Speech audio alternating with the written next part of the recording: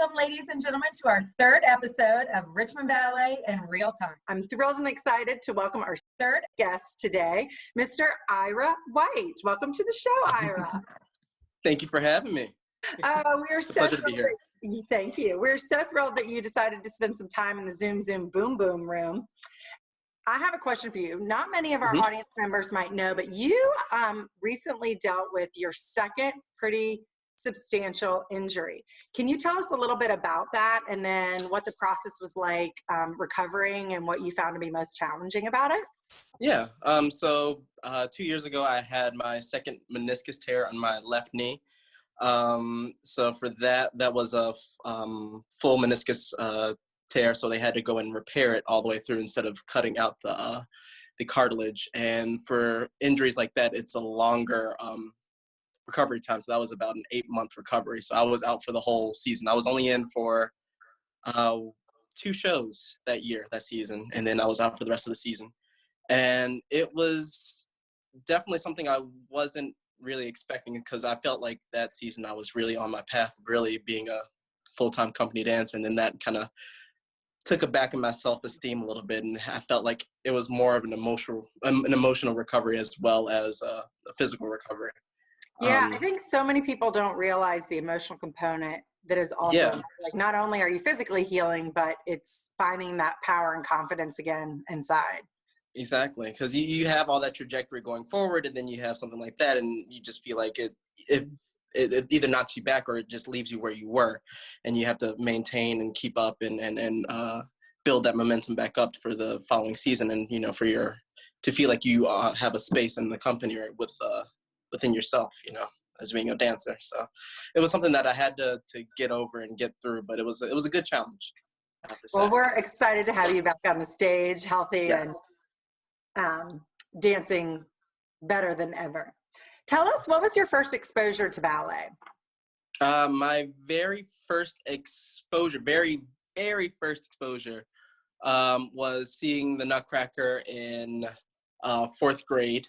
We got tickets with being in Minds in Motion. We got tickets to go see the ballet. And so that was my first real time seeing the ballet. But my very first time doing ballet was the following year in 5th grade when I auditioned for Nutcracker. It was a room full, I want to say about 6 or 7 boys all in one room. And the teacher of the ballet, Miss Pennick, came in and gave us like a little warm-up, a bar warm-up. And I didn't know what first position from a 5th position. I knew nothing, but I was following along and I was having fun. And luckily I was able to be a part of the Nutcracker that year. And that kind of built up my interest in being a ballet dancer. So you could say, like, you sort of came to ballet in an unconventional way. It wasn't like, every little girl's dream or every little boy's dream to go to ballet class. Did your family know a lot about ballet? Had you ever heard of it before? And then who sort of supported you through the journey of becoming a dancer? Yeah, so I had no real previous connection with the ballet or had any sort of interest. The closest I've ever been to any sort of performing arts was through, there's this church program that did plays every winter and every fall, or every winter and spring. And I did that for 3 times. And that was like my real exposure into doing any sort of performing for people. And then I was able to be a part of like an after school program with Spark. And that was furthering in more to the theater world, but I wasn't really comfortable with dancing and then doing all that. And then when Minds Motion came along, that's when I really got into it. And my family, the closest person I've had to being a dancer was my grandmother. She was a majorette in high school. So that was the closest I had. That was the closest I had to any sort of dance connection. But as soon as I got into Minds Motion, and I've really felt like it was something I wanted to do and wanted to pursue with dance. Literally, all my family were supportive. I didn't have any pushback from anybody. My biggest supporters were, of course, my mom and my grandma. Those are the number ones throughout my whole trajectory. But yeah, those are the key people in my upbringing for that. An interesting fact, you still help. I love this about you. You still help to take care of your grandmother, correct? Yep, sure do. I sure do. She's my number one fan, and I'm her number one fan. I love it. I love it. So you are actually the first person that went through Minds in Motion, was exposed to dance through the Minds in Motion program. Then you continued on into School of Richmond Ballet for all of your formal training, and then you were the first person to become a company dancer. That's a huge leap to have taken, sort of to do that whole program from its inception all the way through to be accepted into the professional company. What kind of responsibility do you think comes with that? And do you try and inspire the students, or how do you try to inspire the next generation sort of with what you've done? I love to go down on the Tuesdays and Thursdays when they have class, when the team XL and the ambassadors have class at the ballet. I do like to, like peek my head just to see how they're doing, and if they have any questions, or if just giving them a smile and a wave, just to show that people from upstairs, people care about their progress, and are happy that they're in the building with them. And there have been so many other people who've continued on this path. I know in the training program now, Tariq Logan, he started in Minds Motion as well.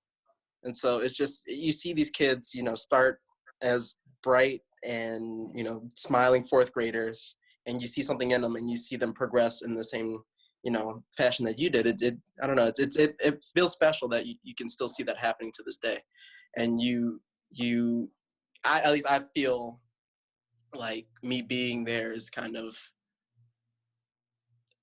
I don't know, an example for them to strive for. I don't want to say that they want to be exactly like me, but I think that it's definitely nice to have an image to like look at still, in your city, in your ballet company.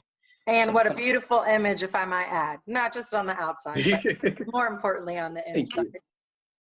Thank you. Okay, so let's talk fun stuff. You are a big out in RVA kind of a guy, which I absolutely love. I'll just be driving down the road, and I'm like, oh, there's Ira on the street corner. Yeah, that's me. You dabble in all sorts of artistic things around the community. You dabble in fashion and photography and theater, all kinds of things. Can you tell us about some of your other artistic endeavors? Sure. Well, like you said with fashion, I'm big into kind of like 70s chic. I think that era is very, very fashionable and very, very, very slick, I guess you could say. I think it's really cool. It started off with me for the music. The music I absolutely loved, and then when I looked at the people putting out the music and seeing their style and everything, I thought it was really cool to kind of emulate that. And I've done some photography with a local photographer, Jim Eicher, and he's been doing a lot of stuff with other ballet dancers in the company too. So we've been doing some shoots. Yeah, I love working beautiful with him. Work. Yeah, he's a great artist. So I do stuff around town with him, and for the past 3 years, I've been working with Virginia Rep Theater in being a part of their musicals for the summer. We were going to do Chicago this summer, but unfortunately with everything that's happening, we had to postpone. So bummed about that. I was super excited. Yeah, I know. Everybody was. Really, everybody was. But, you gotta roll with the punches. Yeah. Exactly. And what else have you done with it? So you were going to do Chicago this summer. I did The Wiz last summer, and 2 summers ago I did In the Heights. And I was going to do West Side Story, but that's when I had my knee surgery. So. Yeah. Awesome. How do you think your ballet vocabulary, your dance vocabulary that you spend so much time with every day at Richmond Ballet, how do you think that's translated onto the theater stage? It's helped with a lot, well, mainly spatial awareness. That's a big thing.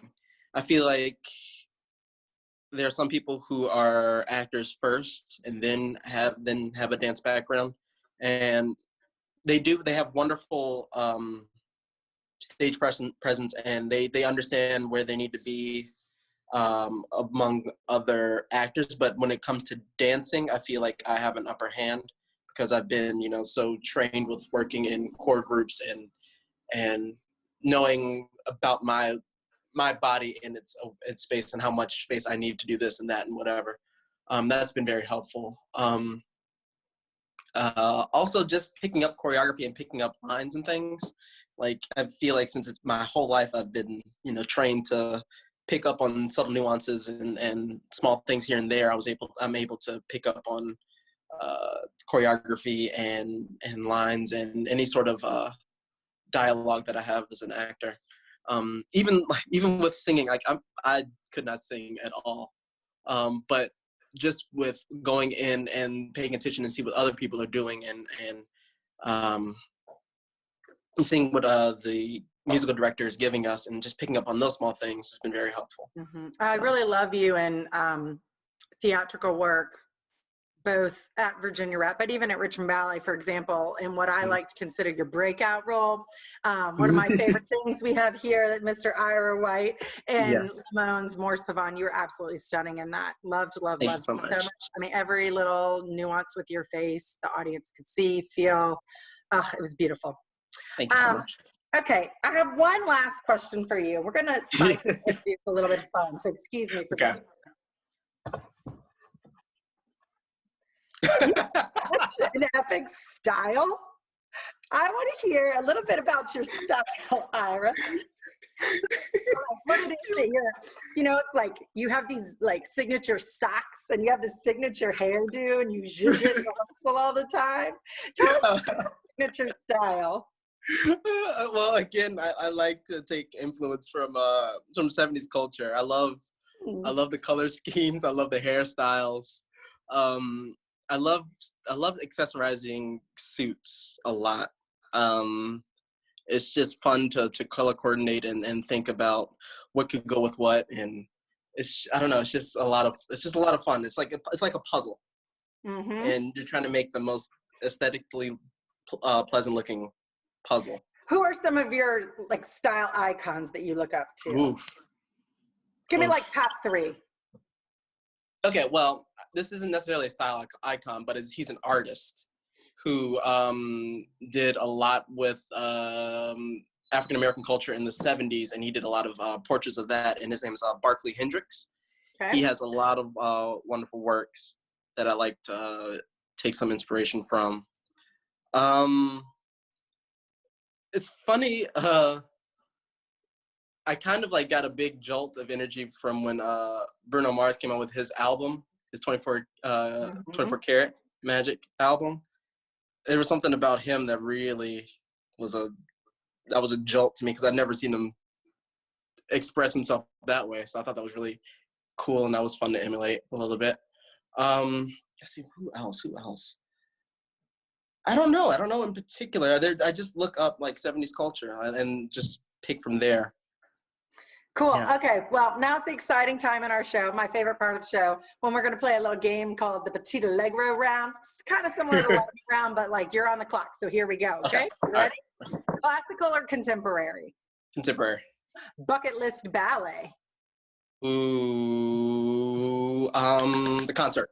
Okay. Favorite superhero? Ooh, you can't do that to me. I'm a big nerd. Okay. Gambit from the X-Men because of his style. Okay. Newest Netflix binge. Ooh.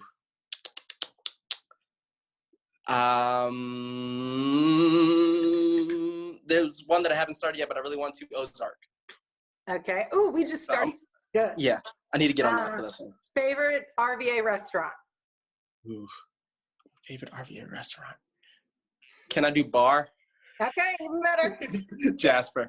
All right. Oh, yes. Okay. Yeah. Rum or tequila? Ooh. Tequila. First ballet you ever saw? I think we already learned this, but. Ooh, the Nutcracker. But the very first one that I really loved was Familiar Spaces and Dream. Okay. Well, just Lang. Yeah. Adagio or Petit Allegro? Adagio. Okay. Last but not least, Bruno or MJ? Ooh, why would you do that to me? I saved the best for last. Well, you can't have Bruno without MJ, so MJ. Okay, there we go. Iris, it's been a pleasure. As I you're the best. We love you. Thank you for carving out time today. Of course. Mwah. Love you. Love you too, Val. If you'd like to learn more about some of the arts organizations that Ira works with right here in Virginia, be sure to check out Virginia Rep and Jim Eicher. This is Valerie Tillman-Henning signing off of Richmond Ballet in real time. And remember, stay home, stay safe, stay positive, and dance like nobody's watching.